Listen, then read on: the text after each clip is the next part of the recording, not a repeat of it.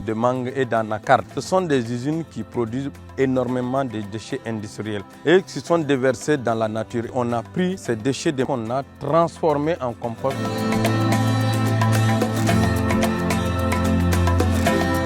Nous sommes là actuellement au centre de compostage de l'association HTR, autrement dit Association Solidarité pour la sauvegarde de l'environnement et une transition écologiste réussie.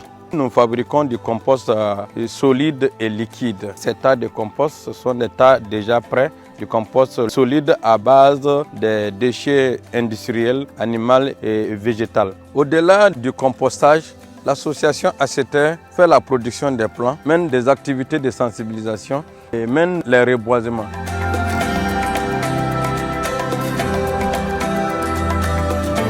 Ici, c'était un déversoir des déchets industriels, notamment de la mangue et de l'anacarde. C'était vraiment une insalubrité totale. Les animaux venaient ici pour brouter les mangues et ils s'embourbaient, ils mouraient dedans. Et en même temps, cette eau coulait vers la population qui est en amont.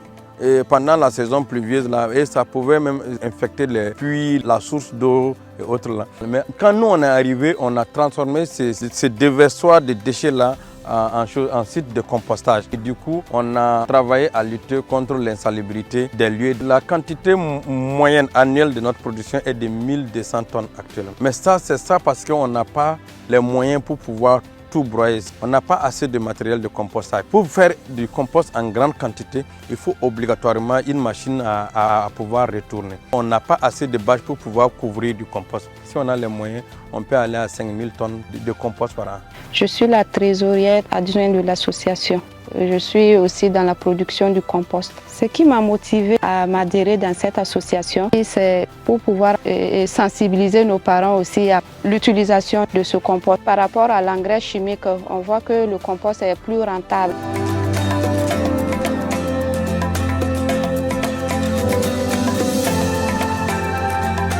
Chez nous, HTR, nous sommes convaincus que le compost est une alternative à la rareté et au coût élevé de l'engrais minéral. Et ça permet au producteur vraiment de s'assurer de la qualité de son rendement qu'il va avoir à la fin de la saison. Salolo, au talent fait la misibota. On a point ni à produire là, on a tassu yankendi. Nana, on a tassu yankendi. Ntara donga kabala.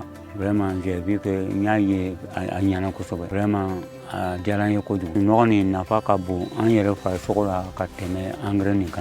À titre L'association pour la sauvegarde de l'environnement pour une transition écologique réussie est une association qui a été créée en novembre 2021 et officiellement reconnue en janvier 2022.